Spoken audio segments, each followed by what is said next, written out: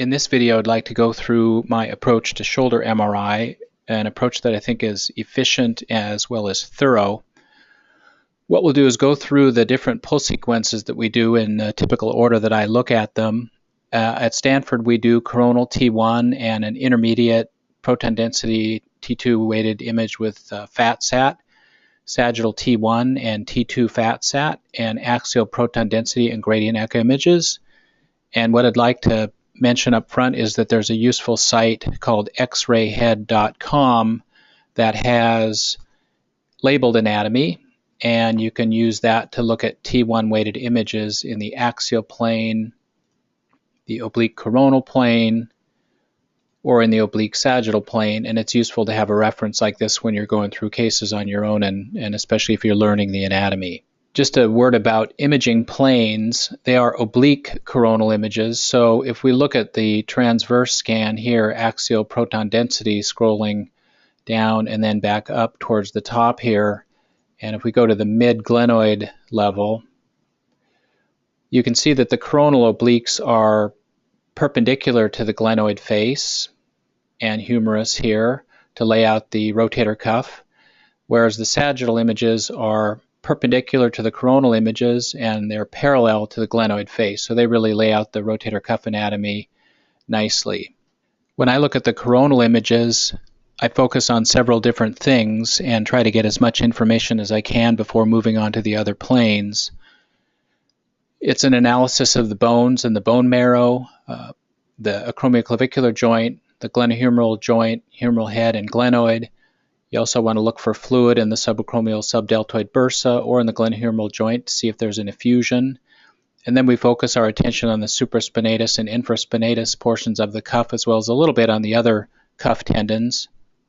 It's also a great plane to look at the superior labrum and biceps anchor coming in to start get an idea of what's happening with the labrum and biceps complex, and also take a look at the cartilage. So here I've put up those coronal oblique images, the T1 weighted image on the left and a coronal T2 fat suppressed image on the right. And as we scroll through, what I start looking at is the bones and joint, the acromioclavicular joint here, the acromion, distal clavicle, look at the humeral head, looking for the shape of the bones, looking for osteophytes. Pay good attention to the glenoid because if there's a fracture, you may be able to detect it best on this plane. And the corresponding T2 weighted images show the same anatomy. Nice evaluation of the bone marrow. And we can start to get an idea if there's fluid in the subacromial subdeltoid bursa. This patient's fairly normal exam, but they just have a trace of signal in the bursa, a small amount of fluid in the glenohumeral joint here.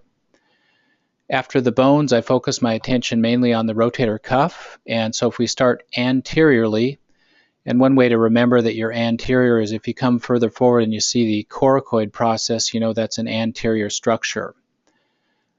If you look at the coracoid for a minute, you can see the coracoclavicular ligaments going up towards the clavicle here.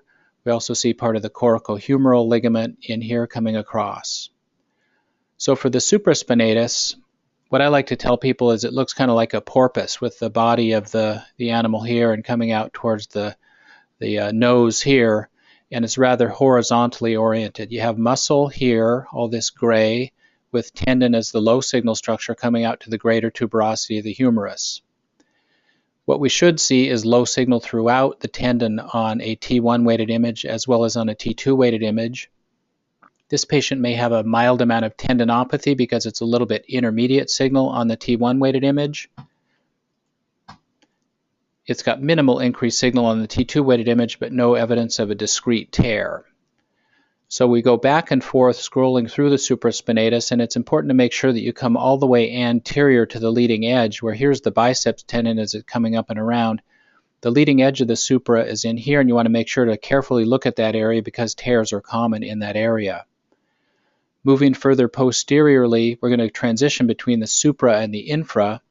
And one way to realize that you've done that is if you look at the T1 weighted images, you go between the muscle belly of the supra through a fat plane here to the next muscle, which is the infraspinatus. The infraspinatus tends to have more of a rhomboidal type shape, and the tendon on the orientation of our images tends to be coming up and over like this, so it's different than the supra, which again tends to be fairly horizontal. So going back to the infraspinatus, you see the muscle belly here, you see the tendons forming. And of course what we do is we look at the T1s and go back and forth with the corresponding T2 weighted images, looking for where the tendon's located and then looking for increased signal within the tendon. It's not uncommon for the infraspinatus to have a small amount of striations within the tendon as a normal finding. So we've looked at supra and infra. As you go further posteriorly, you should be able to identify the teres minor tendon coming across here. And one way to remember the teres minor is that it's sort of below the equator of the humeral head. If you picture this as like the globe, the equator would be here, and the teres minor is below, whereas the infraspinatus is above. So that's going to be infraspinatus, that's going to be teres minor. It's definitely a good idea to look at the subscapularis on the coronals as well. And if the patient's nicely externally rotated, you can see the subscap coming across underneath the coracoid here, broad base tendon with multiple slips involved coming out towards the lesser tuberosity of the humerus. We'll come back to this in a minute, but I also like to look at the superior labrum biceps anchor on the coronal images, nicely seen on the T2 weighted images here. And you can see as you scroll back and forth, you should be able to trace the biceps tendon as it comes up and around the humeral head to insert on the biceps anchor here, superior labrum being just underneath it. If we move over to the sagittal images, again we do proton density and T2 weighted images with fat suppression. Again, the main analysis is going to be the rotator cuff, again checking the supra and the infra, looking at the teres minor and the subscapularis. Probably the best plane for looking at the subscapularis is the oblique sagittal combined with the axial images. The intraarticular biceps tendon should also be looked for on the oblique sagittal images, and you should almost always be able to see that in normal patients. So here's the oblique sagittal T1 weighted image on the left, and the oblique sagittal T2 weighted image on the right side here. And these are the same anatomy but depicted with different imaging sequences. So if I go more medially here, you can get oriented. And if you don't know what's anterior or posterior, always look for the coracoid process. We know the coracoid process is going to be anteriorly projecting here. So that's anterior, posterior, superior, inferior. And you get kind of a look at the scapular Y view here with supra, infra, teres minor, and subscapularis tendons and muscles in place here. At the level of the glenoid face, you may get a glimpse of the glenoid labrum coming around here. But mainly what I'm going to do is come back to the supraspinatus here and follow that muscle belly as it forms into tendon coming out from medial to lateral as it comes out to insert on the greater tuberosity. Once again, this patient has a little bit of tendinopathy, so there's mild intermediate signal in the anterior fibers of the supraspinatus. On the T2 weighted images, signal is generally quite low. There's just minimal increased intratendinous signal, minimal fluid in the subacromial subdeltoid bursa, or perhaps just a little bit of synovitis there. Basically what I do is I scroll back and forth on the supra and the infra here, looking for signal abnormalities within the tendons, looking for contour abnormalities, as we would be looking for to diagnose a rotator cuff tear. The infraspinatus is kind of a broader tendon here, but as you come out distally, they tend to blend together. And if you're trying to decide whether a tear is in the supra or the infra, what I do is I tend to go back and forth and try to find the plane between those and try to project that out as I come further distally, and then try to decide where the junction of the supra and infra would be most distally. In reality, it doesn't matter a tremendous amount if the cuff tear is relatively distal. It's just a good idea to get a rough idea of whether it's mainly supra or mainly infra. Now, I mentioned the teres minor before. It's sort of low yield in that it doesn't get injured that often, but here on the T1 weighted images, you can see a fat plane partially between the infraspinatus and the teres minor here. So here's teres minor on the T2 weighted image, and you can follow that out again below the equator of the humeral head. Subscapularis, this is my favorite plane for this muscle. Big broad muscle here with multiple tendon slips within it, and as you come out peripherally, you can see the subscap forming into a big thick band, and especially on the T2 weighted images, it should be very uniform in its signal intensity. It can have some little striations in it, but you shouldn't see any focal increased areas of signal within it. So that's the main search for the cuff structures on the sagittal oblique images. Other things to look at, See the intra-articular biceps tendon here coming in the rotator interval between the supra and the infra. So that's the long head biceps tendon coming up the arm in the bicipital groove up towards the superior labrum biceps anchor. Here we can see a little bit of the superior glenohumeral ligament. On many normal patients, you don't see the detailed biceps pulley structures on a non-contrast MRI. Other worthwhile anatomy and structures on the oblique sagittal images. Look again at the acromion to make sure you're not dealing with a patient with an os acromiale. Try to find the coracoacromial ligament coming off the undersurface of the acromion and this thin structure headed over towards the coracoid process here. And it's a good idea to look at the coracoclavicular ligaments here, especially if there's signs of an AC joint sprain. Here you can see the ligaments on T1 weighted imaging and then on T2 weighted imaging here. In the axial imaging plane, we also do two pull sequences. We do an axial proton density weighted image with fat suppression, and we do an axial T2 star gradient echo image. This latter gradient echo image is particularly useful to show micrometallic artifact in patients that have had prior shoulder surgery. Kind of gives a footprint of where the surgeon has been, since we don't always have good clinical history. It can be used to evaluate the labrum and the cartilage as well. Axials are great for the subscapularis tendon. You want to again locate the biceps tendon to make sure it itself is located, and then mainly we're going to use these to look at the anterior and the posterior labrum, the capsule, and assess the glenohumeral cartilage. So here on the left is the axial proton density weighted image with fat suppression. On the right side is the gradient echo image. This patient has not had shoulder surgery, so we don't see any micrometallic artifact. Going up and down here, starting at the top, you want to try to get a glimpse of the acromion coming around to the AC joint, looking for that os acromiale. This patient does not have one. Come down to the humeral head, looking at the shape of the humeral head, looking for things like Hill-Sachs defect, rechecking the bones, looking at the anterior inferior glenoid in case there's any bone edema or evidence of a fracture there. The gradient echoes are also useful for that. They have a little bit of sharper anatomy than the PD images. The subscapularis can be tricky. What you want to do is look for that muscle belly anteriorly as it forms into tendon, and then pretty uniform tendon coming out towards the lesser tuberosity there. And as you do that, you should be able to identify the long head biceps tendon within the bicipital groove going down the arm. This has just a little bit of fluid in the biceps tendon sheath. If you get practiced at it, you should be able to see the biceps tendon somewhat as it comes up and across the humeral head on axials, and you may catch a glimpse of this structure like this, which is the long head tendon coming over to the supraglenoid tubercle to insert. That's useful. It's better seen on MR arthrograms when the joint is distended. I'm going to zoom in just a little bit here on the labrum and try to focus on that. This one is a nice normal labrum. The labrum's a difficult subject in MR imaging. But what I do is you want to look at the anterior labrum, and so here we're anterior superior. Labrum is starting here, and it's a pretty nice triangular structure that can insert on articular cartilage right along here. It should be pretty sharp anteriorly, nice sharp corner there. And as you go inferiorly, that's where I always say that's sort of where the money is, because most shoulder dislocations are antero-inferior, and as you're inferior, it's going to be that anterior-inferior labrum that gets torn or detached. So right in here, this is the inferior labrum. We're starting to get into the inferior capsule. We'll look at that a little bit more in just a moment. Posteriorly, the labrum is often a little bit blunted and less round, maybe a little bit smaller than the anterior labrum.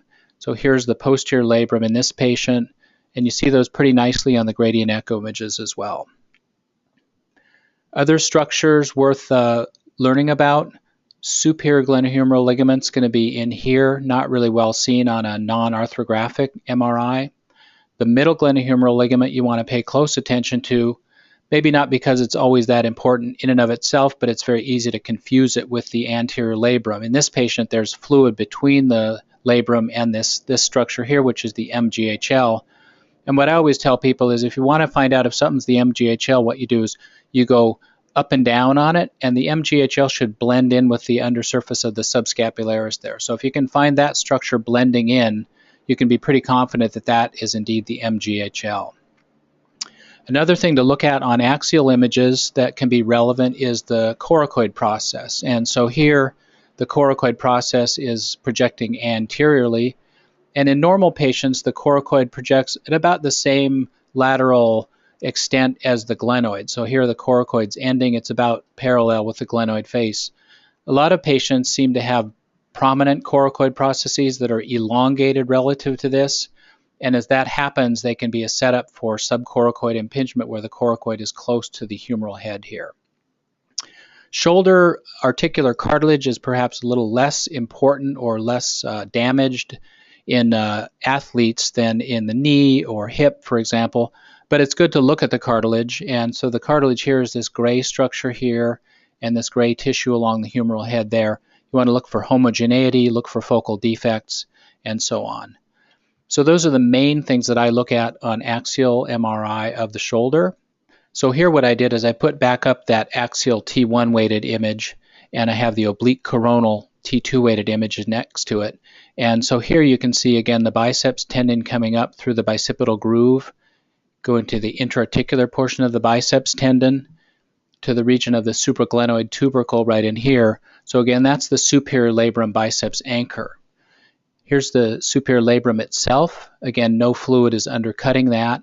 And as you're going through axials, one of the things that takes a little while to learn is to realize where you are in space. And often I get used to looking at them without this frame of reference, but you might decide that you want to have the coronal reference image up like this, so as you're going through the mid-humeral level, you know that you're in the mid-glenoid labrum, because there's a lot of normal variants that occur antero-superiorly with sublabral foramina and so forth that are not necessarily clinically relevant unless there's a tear more superiorly or a tear more inferiorly extending to that region.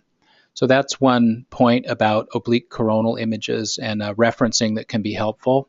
Another thing that's helpful is to know what the frame of reference is between the axial images and the oblique sagittal images, because on the sagittal images you get an idea of the clock face of the glenoid, and this patient's relatively vertically oriented, but sometimes it's more sort of anteverted, and you really want to know where you're located on the glenoid in terms of the clock face. So normally you'd have like a 12 o'clock position, and then anterior is going to be 3 o'clock, 6 o'clock, 9 o'clock. And if you look at the reference of the axial images to the glenoid, sometimes it's confusing, or sometimes you think you're more inferior than you are on the axial images, but the reality is in this patient, the most inferior image that we're seeing labrum here is in fact fairly antero-inferior along the glenoid, and that's where tears often occur. So that's an important point to keep in mind. As we finish the brief review of shoulder MRI, it's important to also think of other possible things that could be clinically relevant, and that includes things like looking for muscle edema, paralabral cysts, which are basically always going to be in the face of a pre-existing labral tear. Look at the quadrilateral space. Look at the axillary structures for things like lymphadenopathy, and remember to check the localizer scan. So for muscle edema that may be a sign of a denervation type injury, just spin across the coronal images and look especially posteriorly and at the deltoid where you may get edema within the muscles. The sagittals are great for that as well, and you should see uniform signal intensity within the bellies of each of the muscles. Sometimes the deltoid muscle has a little bit of relatively higher signal because it's closer to the coil. But if you have a quadrilateral space syndrome, you may see increased signal within the deltoid muscle as well as in the teres minor. These images are also good to look for paralabral cysts, and again, you won't necessarily be looking for one unless you've seen a labral tear, but looking along the rim of the glenoid here and along the glenoid on the oblique coronal images. Here I've put back up the coronal oblique T1 and the fat suppressed T2 weighted image to show the quadrilateral space, and with a good quality scan you can see the structures within the quadrilateral space quite nicely. Here you can see these structures going through a fat plane underneath the glenohumeral joint, and so the demarcations of that space include the humerus itself, the teres minor and the teres major, and then the long head of the triceps, which is going to be more posteriorly. So this fat containing space right there is the quadrilateral space, The vessels within it often show some hyperintensity on T2 weighted scans. If you have good image detail, you can identify structures that are not as large as the vessels, like this little thing right here. That's probably the axillary nerve coming through. It's also good to realize that you don't necessarily have to have a cystic mass lesion in the quadrilateral space to have that syndrome. You may have prior injury to the anterior or inferior capsule that causes some fibrosis and sort of indirectly or secondarily affects the quadrilateral space. The other thing you want to check on is just going through the axillary area and looking at the vessels there and the extent of the nerves that you can see. A lot of patients have some small normal lymph nodes. As the last thing, or you could do it as the first thing, you want to be sure you look through the localizer images, which will vary between institutions. This just has a few images in different planes, but you get a bigger field of view, so you want to be sure to check for things like axillary lymph nodes, or you might get a glimpse of some pathology in the chest, because of course we don't want to miss important incidental findings. So that's been a quick and somewhat incomplete, admittedly, review of shoulder MRI review. Again, what I do is I tend to look at the coronal T1s and proton density or T2 weighted images with fat suppression first, really focusing mainly on the bony anatomy and fluid and the rotator cuff, getting a glimpse of the biceps anchor and superior labrum. Refine my thinking about the rotator cuff based on the sagittal images, look at the interarticular biceps tendon, then use the axials in combination with the other planes to recheck subscapularis, biceps tendon, and the labrum anteriorly and posteriorly, and try to put the whole picture together. Finally, check in miscellaneous items. And once again, remember that you can go to xrayhead.com if you want to get more detailed labeling of anatomy. I hope this is useful to you, and I appreciate your comments, so thanks for joining me.